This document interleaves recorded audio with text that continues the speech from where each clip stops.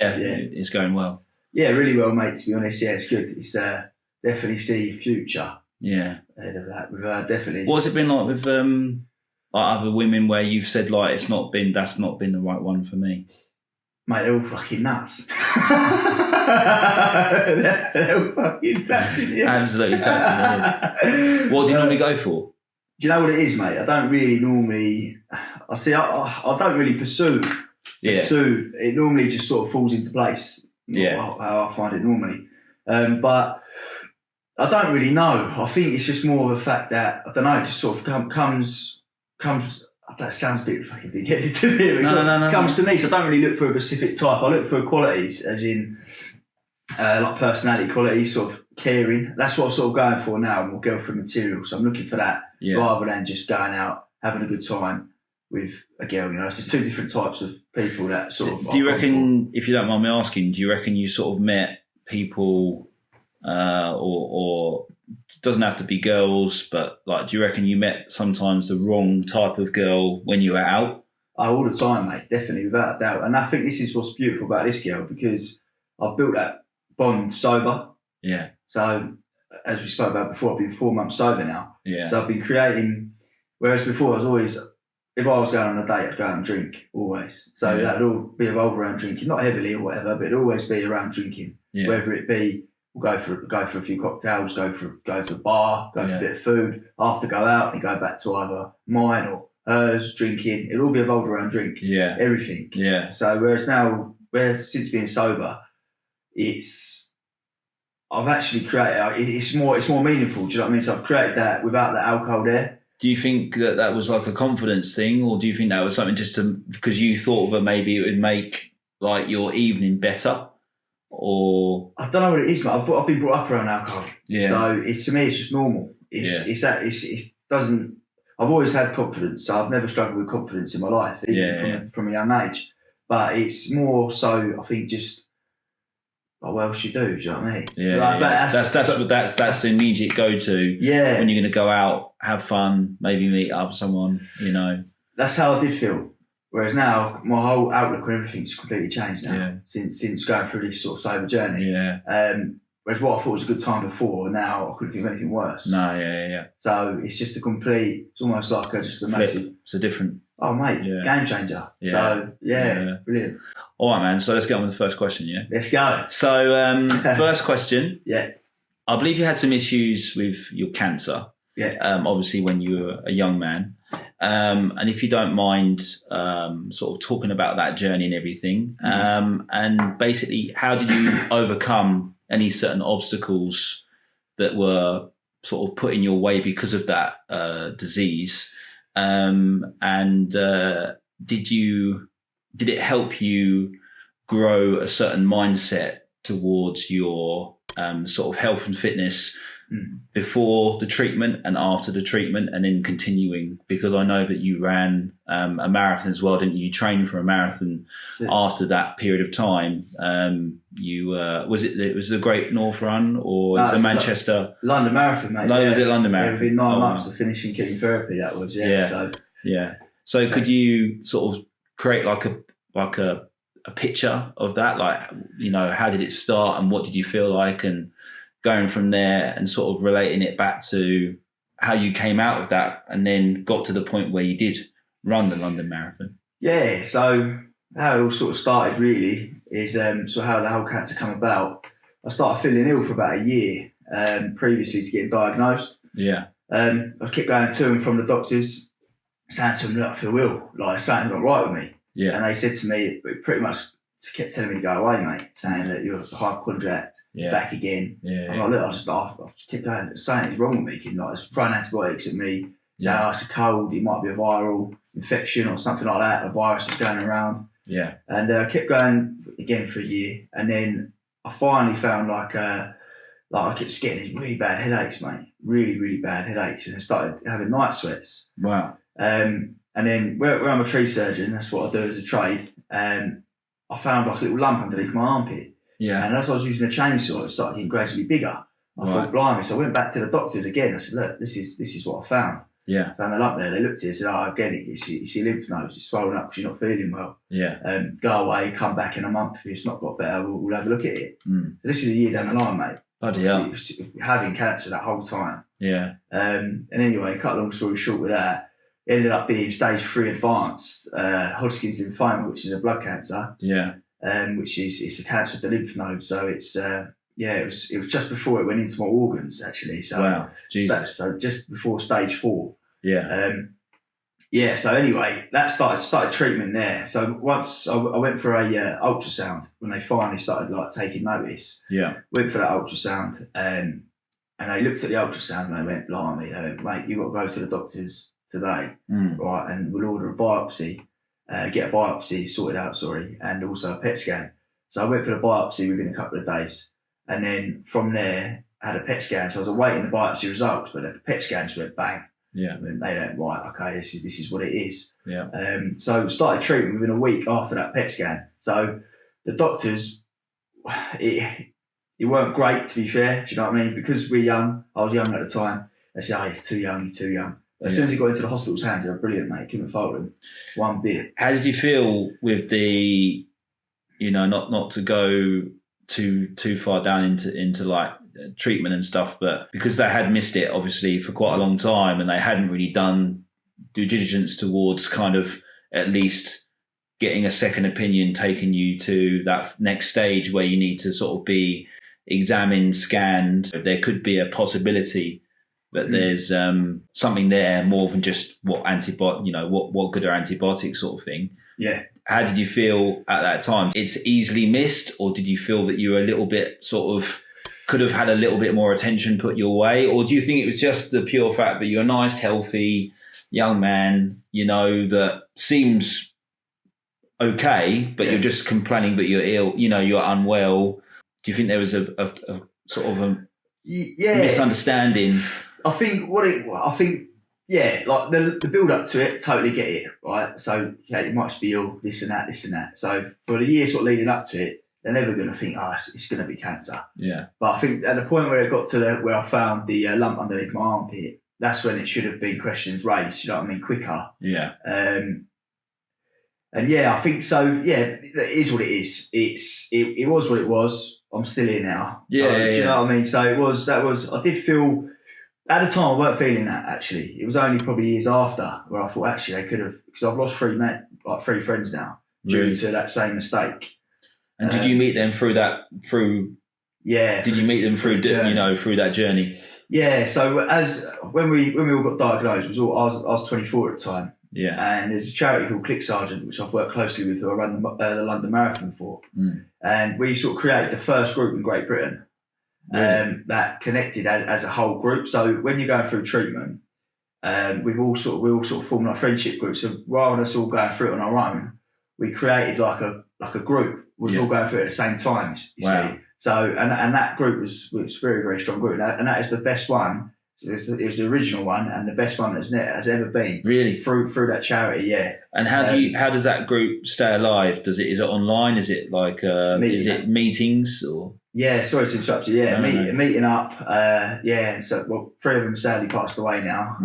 At a funeral last Monday actually. Really? A friend of mine. Sorry to hear that. That's right, but it's right. It's hard. But it's a realisation of what you've got. Yes, mate. Do you know what I mean? Like you've got a life.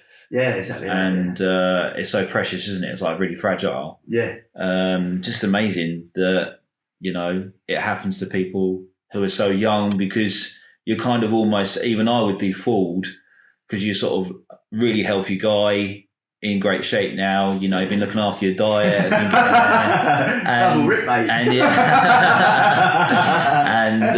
check out his Instagram. But I just think that it's you don't think about it, do you? And why would you how old were you when you were diagnosed? I was 24. So really young, and you wouldn't think it was that, would you? Just think what's wrong with me? I've got some sort of nasty infection or something like that, something that's just not being cured properly. Yeah, and it's easily done, mate. And I understand that. I do understand that. So what was the journey, the next step for you what was the next step for you when you decided to run a marathon, train for a marathon?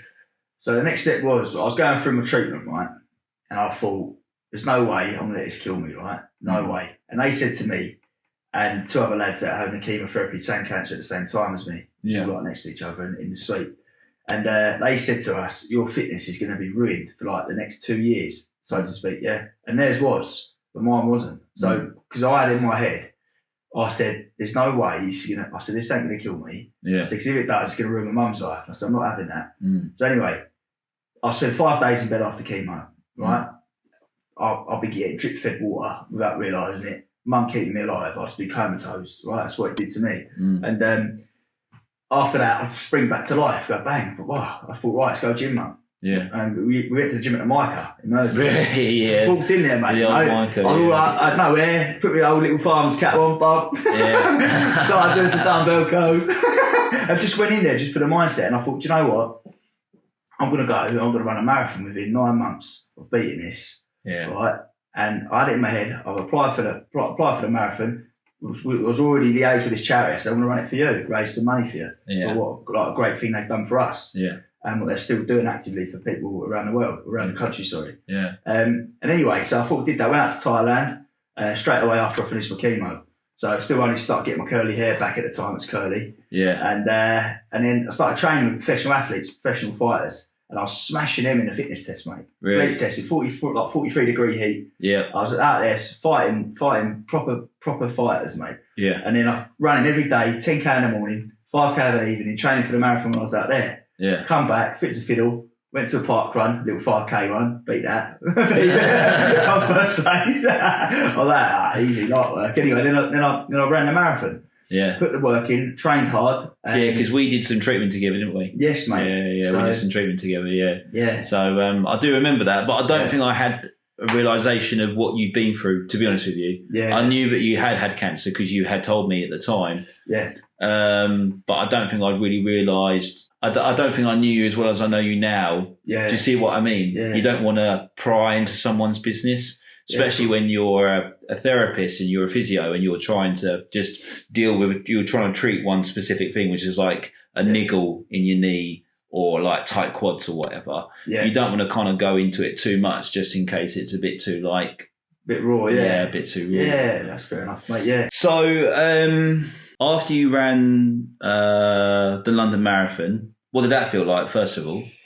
Yeah, brilliant. Because that's obviously like almost not the end of it, but you created a goal. Yeah. After this sort of horrendous, kind of time in your life, and you set yourself that goal and achieved it. But how did you feel afterwards?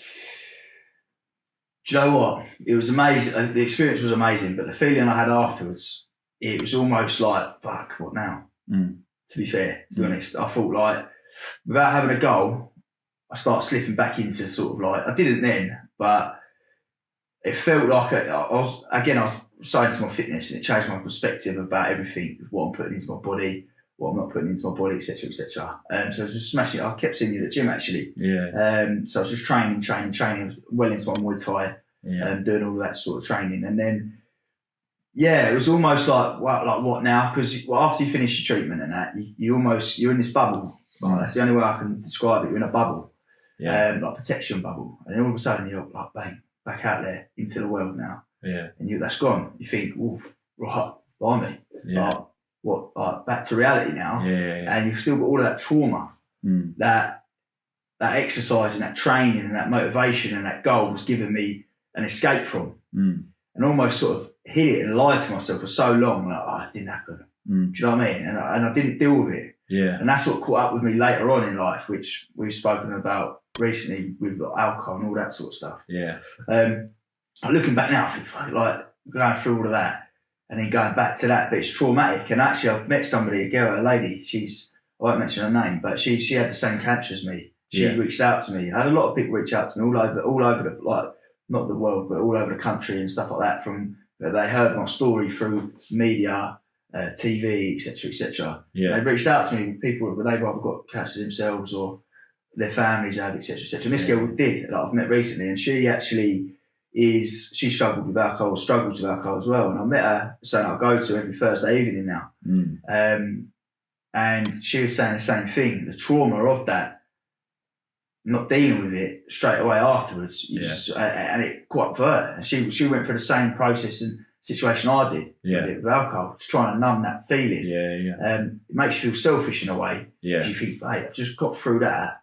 And then even though it's years down the line, and then you're putting yourself through extra torment through alcohol. But it's all psychological, as I've learned now, being that 4 months sober. So it's it's after that. So going back to the question, I felt it was an amazing feeling to finish it, to accomplish it. There's so much support there. It's amazing, mate. No, it's an incredible. Just in that on its own, is an incredible journey. You know, it's a life-changing experience, and it makes you, from someone who knows you quite well, it makes you very interesting, but inspiring. You know, and you kind of look at you, and I think to myself, well, that's a real, like, when I've been talking about this interview that we're going to do today, obviously, I've been sort of leading up to it and thinking about the questions that I wanted to ask you, but I've been saying to other people like this, like, you don't know this, but other people, when I'm talking to them, because your name is Jack, I'll call him Jack the Lad. So I'll say, you know Jack the Lad? And he goes, yeah, I'm going to do an interview with him. And he's like, oh, really? So because you've had so many interesting experiences, but they have grown you as a person, because I've known you from like when you were really young all the way through up, and those experiences, you know, they mould your life, don't they? They do, mate, All right, mate. So next question. So I've had first-hand experience with alcohol in terms of dealing with someone who has alcohol. And those experiences were in my adulthood. They're still in my adulthood, and they also have been in my childhood as well. And that comes from a relationship with my father. But if you don't mind me asking you, would you be able to speak on any experiences or pass any advice onto anybody who uses alcohol to any extent, or that may hinder their lifestyle or their livelihood? Yeah, definitely, mate. I would say if you've got issues with alcohol, being where it's affecting either your family life, your job, relationships, and not being able to stop at just the one, and getting yourself into situations where you're getting arrested, or you're ended up in hospital, I'd say the quicker you stop doing that and realising that you've got an issue, the better. I've 13 years down the line now of every single one of them things that I've just mentioned, I've done repeatedly. I've had an issue for many years, and it only ends in a couple of ways. You'll lose everything. You lose friendships, you lose relationships, you lose jobs, you lose opportunities, end up in prisons, end up in hospitals and stuff like that, all through drink, right? But if you can go out and have a good time and just keep it with a sensible level, that's amazing for you, and that's brilliant. But if it gets past being a problem, quicker you stop, the better. Because it will be life changing. And that, if I would have known what I know now after the last 4 months of being sober, completely sober, I would have done that fucking 10 years ago, mate. You know? No, you did that. It's amazing. It's an amazing achievement, mate, because I personally know through my own family experiences that, you know, you're trying your best to get that person to stop.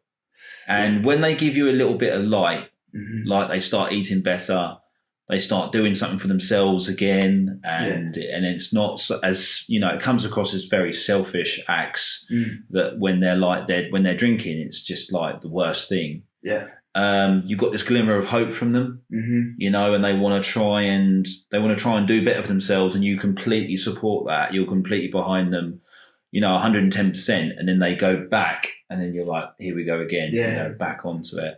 But I think that's just, you know, again, like another amazing thing. But so 4 months, 4 months sober, is that like as of now?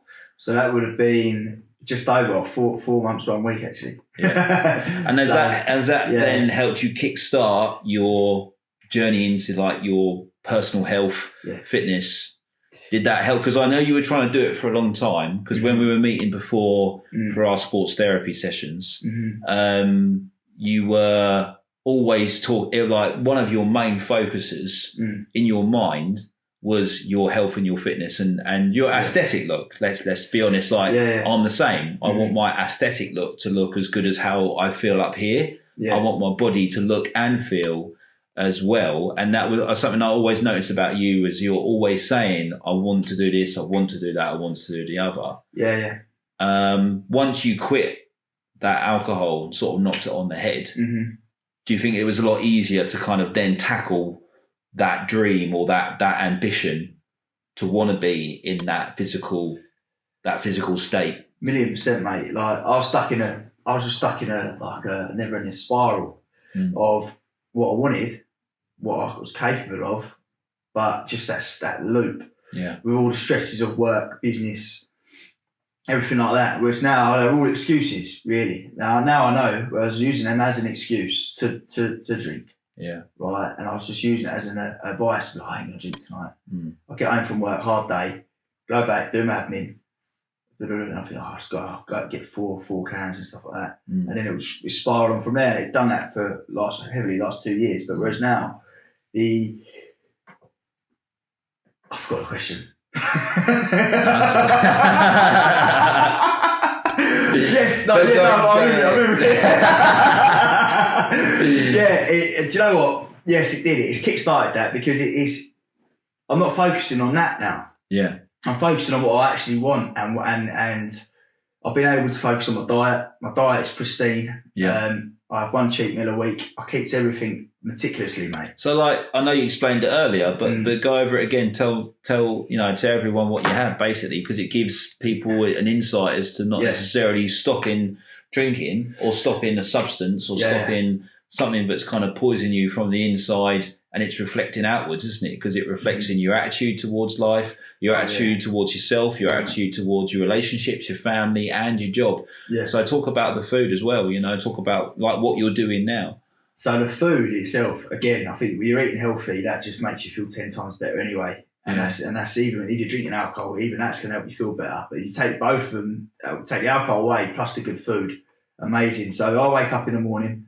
I have 2 whole eggs, 3 egg whites. Yep. 11 o'clock, I'll have a protein shake. Yep. And then the next meal, I'll have 200 grams of chicken, bit of broccoli. Yeah. And then, pardon me. And then after that, I'll have a pre-workout. It will be 1 bagel, half teaspoon of jam, and a squares bar, and a protein shake. Yep. Go to the gym. After the gym, smash the workout. Take a couple of pump pictures. Deflate after. I know. That's just I know. But and then after that, I'll have 200 grams of chicken, bit of broccoli, or maybe leave the broccoli out, and half a pack of Uncle Ben's rice. Yeah. And I'm having that, but I didn't go straight to that. I tapered down slowly. So the carbs were quite high at first. Yeah. And then all of a sudden it was taking them away down to where I am now. Yeah. So I've done it very gradually, very slowly. Yeah. And what I say is, I live by this motto now, is as long as I'm 1% better than yesterday, I'm on the right path. Yeah. Whereas I used to go from 0 to 100, mate, and never sustain anything. Yeah. Like I'd go to the gym for like 3 weeks at a time, right? Longest I've ever trained since I was 18. Yeah. And now I'm nearly 3 months in to training, right? I'd go bang. I'd start looking all right, and then I'll go get pissed. Yeah. And then fuck it all up. Yeah. I'm like, and I'm back to square one again. Yeah. Whereas now I've consistently trained, consistently eaten well. Yeah. I've lost 10 kilos. Okay, man. So, last question. Mm-hmm. So, as a man who has set up his own business on his own, which I know you have done, can you offer 2 pieces of advice that you've learned from your experiences with setting up a business and starting a business and continuing it to where it is today? Any 2 pieces of advice or knowledge that you value that you'd like to be able to like hand to, or you could tell anybody who's either starting a business or trying to get a business from where it is now to projecting it forward? Yeah. Because I know that you've had some decent success with your business. Is there anything that you would sort of say, what are 2 things, maybe even 3, that you really find sort of valuable to you? Yeah, so I would say for anyone starting or thinking about starting a business, there's no better time than right now, right? If you're going to wait till the right time, there is potentially there is a right time, maybe not, but I'd say just go for it, right? Give it a go. Don't be scared to fail. Yeah. Don't be scared of what could or could not happen. Don't let other people tell you that you cannot do it or your dream is too unachievable for you. Yeah. Because that's their limiting beliefs. As long as you believe it, if you can see it, you can believe it, you will achieve it. Yeah. Right? And I've manifested this business. Yeah. I've manifested everything I've got in my life today, I've manifested. Yeah. And literally done that to the T, right? Yeah. So if you can genuinely, if you believe in yourself, go out there and do it. Yeah. Okay? Just fucking go for it, mate. Yeah. And yes, it's going to be stressful. Yes, you've got to put in all the time. You've got to come home. You've got to work hard. You've got to do this. You've got to do that. But you know what? Yeah, you'll have shit times. Yeah. But you'll have some really good times as well. Yeah, yeah. And you look back and you think, blimey, I was capable of this all that time. Yeah. You know, why didn't I start sooner? Yeah, so don't get 10 years down the line now. If you've got that mindset, you've got that about you where you can create something and put yourself, your entrepreneurial skills. Yeah, no, that's what I mean. Too much coffee. Put that to good use, right? And just go for it. Do you know what I mean? Give it a go. Yeah. And look, if you fail, don't worry. Start again. Yeah. And use that failure. Failure's a shit word. Right? Yeah. It's learning. It is learning. So you're exactly right. I was watching an interview with this guy who was one of the first founders of Facebook. Yeah. And he said what people don't realise is that you're not a failure, you're a problem solver. Yeah. Because the more problems you come up against, the faster and the better you are at resolving those issues quicker and quicker and quicker. You become very efficient at resolving issues that you know, for me, I work for myself. So I run 3 businesses and I started with one and then I grew the second one because it made sense to do physiotherapy and personal training. Yeah. And then I just got a ping. Yeah, ping, that's all right. That's just through the that's just through the iPhone. And so I only have myself to rely on. I don't have to sort of, you know, I haven't expanded my business yet until like employing people and stuff like that, because I know that you've got, you know, a team of people that work with you. But nonetheless, you know, like you were saying, I started with one thing and it was full of problems because it had never been done before. Where I worked, there was no personal training. It just didn't exist. There was no one really doing anything. Certainly not to the standard that I do it today. And so when I was starting, it was like, oh, you know, you can't do that. You won't get anything more than 2 or 3 clients. You won't be able to make a career out of this in this industry. You won't be able to do it. And it was complete nonsense because where it is now is the complete reverse of that. And then it made sense, as I was saying, it made sense to then go into, you know, into the physiotherapy side of it, because personal training and rehabilitation go hand in hand. The third thing, the third trifactor for me was the nutrition. So the nutrition, you know, is what is the online business. But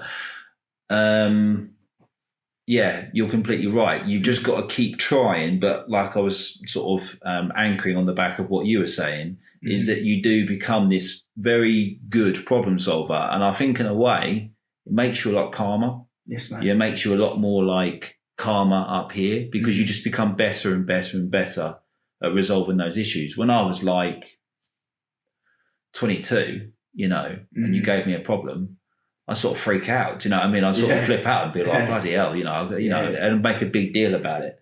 So in a way, for me, from my point of view with business, it improves your life. Does, mate. You know, for me, I mean, same for you as well, because you have to be fit to do your job, don't you? It's not just something where you go and sit behind a desk and you might be very good at it, but you're not moving. You've got to be very physically active, aren't you? You're outside within all weathers and stuff like that. Yeah. And I think as well, when you've got a great business, it reflects the fact, right, I've got to keep upright for this. I can't abuse myself. I've got to be fit. I've got to be strong. I've got to be healthy. I've got to feel well. I've got to feel like I want to get up and do it again the next day. Maybe 5, 6, maybe even 7 days a week sometimes. I mean, sometimes it's for me 7 days a week. I know it's probably the same for you.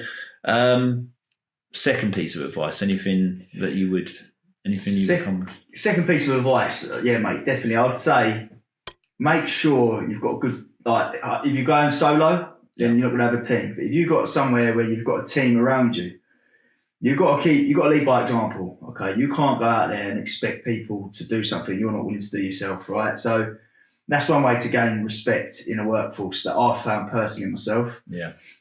I'll get out there, I'll be the hardest working man out there when I'm on site, without a doubt. Yeah. Without a shadow of a doubt. And that is not myself saying that, it's other people seeing that and then telling me that. Yeah. Just saying, you know, and that's leading by example. So I would never expect them to work harder than me. Mm. Do you know what I mean? So I always set that standard. Yeah. And I've got a brilliant team at the moment. And there's one lad in particular, his name is Jordan. Yeah. He's, mate, amazing worker. He's got a great future ahead of him. He's going to create his own business one day and become very successful. Yeah. So I will keep him as long as don't fuck off too soon. But get a good team around you. All you need is one sour egg in there. Yeah. One sour toxic person in that group can bring the morale down. Yeah. You can. Yeah. And you need to, if you identify that, get that out of you. Yeah. Or have a word, professional. Yeah. And just say, look, come on. If it doesn't change, you got to go. Yeah. So you got to make sure your team is strong. 100%, mate. Yeah. You know, and show appreciation. You know, like that they're coming to work for you, right? Yeah. I always pay my lads very well. Okay. Yeah. Purely because I started from the bottom. I started on 40 quid a day when I first started, mate. Yeah. I was at the lowest point you could get in this trade. I've worked my way up, so I know how it feels. Yeah. So I pay my lads well. I treat them with respect. They respect me, and if they don't, then we'll deal with it. Yeah. In the correct way. Yeah. Okay. But I've never had that problem once, purely because it's a mutual respect thing. Yeah. And if they do work well, mate, I'll take it to one side. Whoever's doing really well, yeah, it sounds a little bit schooly or whatever, but you know what? I'll take it to one side and say, mate, you've worked fucking brilliant this week. Yeah. There's 100 quid extra. Because with a business, it's like an organism, isn't it? It's like a living thing. You've got to keep it alive. And you've got to keep it alive. Yes, and if it's like the best thing to do to save this business's life is to amputate the arm, because the arm's, you know, ridiculed with something like a cancerous disease. Yeah, mate. How some people can be, you know, in a workforce, they're lazy, they don't turn up, they don't have any effort, they don't give any effort, they don't try. Yeah. You know, it can become something where it's a bit like you're just pulling the rest of it, the thing down. And I've seen that within the business that I have worked for, that I don't work for anymore. I can see that within a team, you have to be a team. When you've got a great team, you can be great because you feed off with one another. Yeah, mate. Doesn't necessarily always matter who's the manager or who's the boss, because if the boss is in the sort of shit with you, basically, leading by example, then that team can be a great team. Cool. Same vice versa. You've got a really poor manager, or you've got a really poor boss, or you've got a boss who just wants to make money and doesn't really want to make money for everybody as well as himself. It has that. I've seen it as well, where it just comes back and they're like, nah, I've seen PTs turn down clients just because they cannot be bothered to do it. Because they're not driven. You know, they're sort of saying there's no support, there's no curricular activity where you're like saying, like, if you do this and do that, then we can try and get you here. Like with me, when I first started, I spent thousands and thousands of pounds on educating myself with further courses, classes, online classes, going to London. God, the amount of times I drove to London, parked somewhere, had no idea where the building was, looking around, you know, trying to find this place to go and do sports taping, acupuncture, you know, another level up. And I had that drive because I literally started from zero. But some of them who don't have that same background story as you and I do are literally like, well, I don't see the point in doing that. Do you know what I mean? But it's not always because they're lazy. It's because they're not being driven by the person who should be driving them, because they either don't care or they don't want to know. So I think that is a fantastic piece of advice. Yeah, really fantastic piece of advice. Last question, man. And you can answer it however you want to answer it. Yeah, it's complete freestyle. Get ready for it. Get limber. What do you think it takes to be a good person? Oh, it's easy, mate. To be a good person, I don't think it takes anything. I think you either are or you're not. Yeah. Personally, I think it's either something it's built within you morally. Do you think it's a moral compass that's set by your parents, by society? I think it's from. I don't even think it's set by your parents. I think it's built within you. I think it could be guided by your parents, right? But it's built within your DNA. Yeah. You get some horrible people out there, mate, and you get some really caring people. You know, you get people that will go out there, do things for people, expecting something in return. That's not a nice person. No. If it's not business related or something like that, you know. Yeah. A nice person to me is somebody that will look and see somebody in a less fortunate position than themselves and go out and help them because they want to, because they're out of their heart, out of pure love. That's a nice person. Going out their way, pouring from your own cup into somebody else's to make them feel better. Yeah. That to me is a nice person. Yeah. With no expectation of anything to gain from that. Yeah. And then just being honest, do you know what I mean? Kind, you know, being a nice person doesn't necessarily mean, a lot of people can take kindness for weakness. So it's nice to be a nice person, but also have an element of not, if people take the mickey, and to have that also boundaries, set them boundaries, you know what I mean? Yeah. So there's an element of being nice, and then people taking advantage of that niceness, set that boundaries, and then stop it there and then. Do you know what I mean? I think every person who's got good intentions has had that. I think every person who's got good intentions has had that. Yeah. You know, like from my experiences, I've not lost friends, but I've definitely cut ties or cut relationships down, and I'm still like good with them. Yeah. But I'm not as keen. Do you know what I mean? Because they use your good nature or your goodwill. Yeah. Or the fact that, I don't know about you, but I don't get too highly emotional about things very, very easily. Yeah. And I think that's because I used to get so emotionally wound up about things that it used to kind of be the driving force for everything I did. Every bad decision I was made, almost like the alcohol for you, every bad decision that was made by me was because of my temper. Yeah. And then I learned to be calmer. I learned to think more and read more and do more. And that made me a bit more of a solid person. Yeah. And what I've noticed around people who have been around me in the past and stuff is that they're not as solid. They haven't done the work. They haven't done the time that they need on themselves. Yeah. And they see you and they gravitate towards it. They almost anchor themselves to you. Yeah, mate. And then you're like, okay, I want to try and help you. I want to try and help you forward, help you on. Yeah. That's what you want. That's what you're asking me. Yeah. And I'd love to be able to help you. And then they let you down like more than you can accept. Yeah, of course. Like a little bit, like I was late or I forgot to turn up or I forgot to call. Yeah, fine, whatever, that's life. Yeah. When they sort of really properly let you down, whatever people those happen to be, you do kind of sort of like, man, I've got to sever that tie. Yeah. You know? And so I think everyone has that when you're a good natured person, when you've got good intentions, I think it can happen. Yeah. I think you can get, treated crap. You just, you get treated badly. Yeah. And you feel like, why do I keep falling into this same pit? But it's not you, it's them. You've got to be smarter at looking out for those people and sort of saying, okay, what do you really want? Yeah.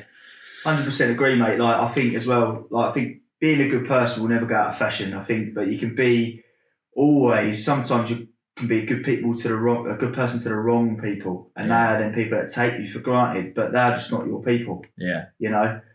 I believe massively in the karmic law. Yeah. So what you put out there comes back to you in abundance, right? And then people again hasn't done the self work on themselves to treat people that way, and then all of a sudden one day penny will drop for them, and I think, do you know what?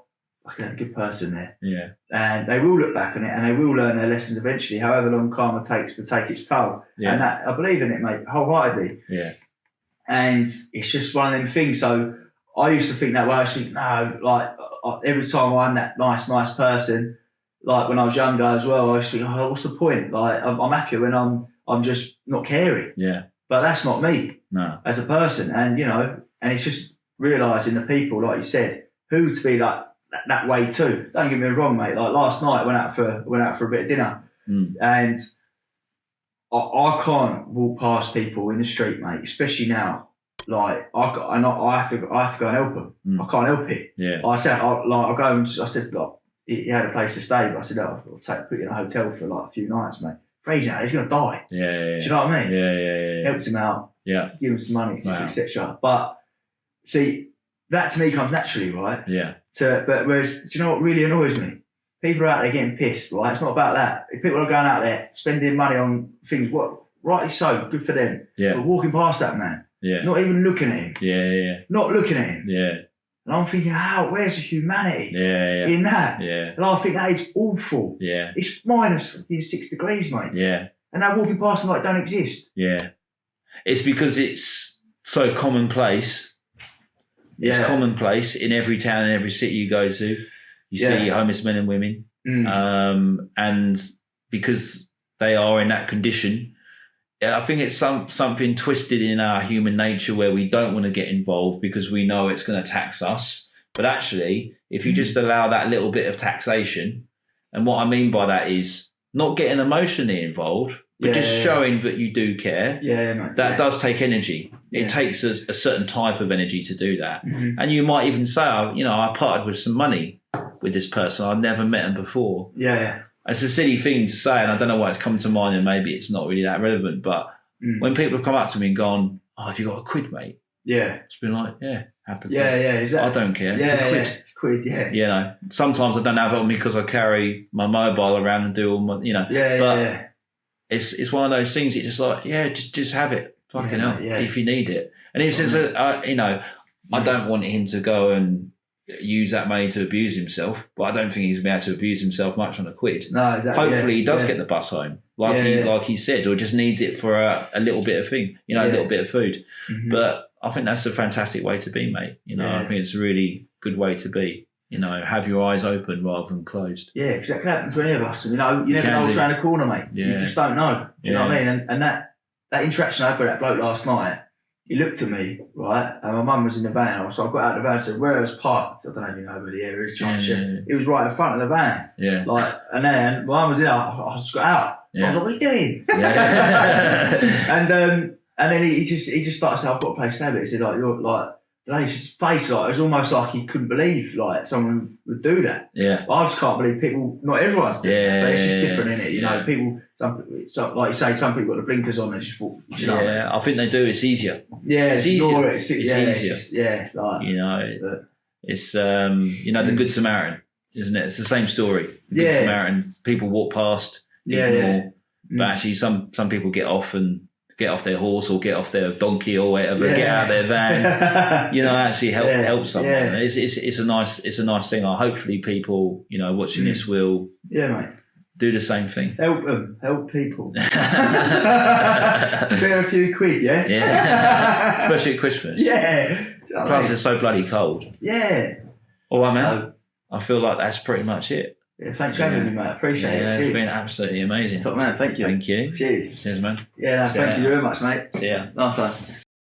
It's the Yo Bossy Wish.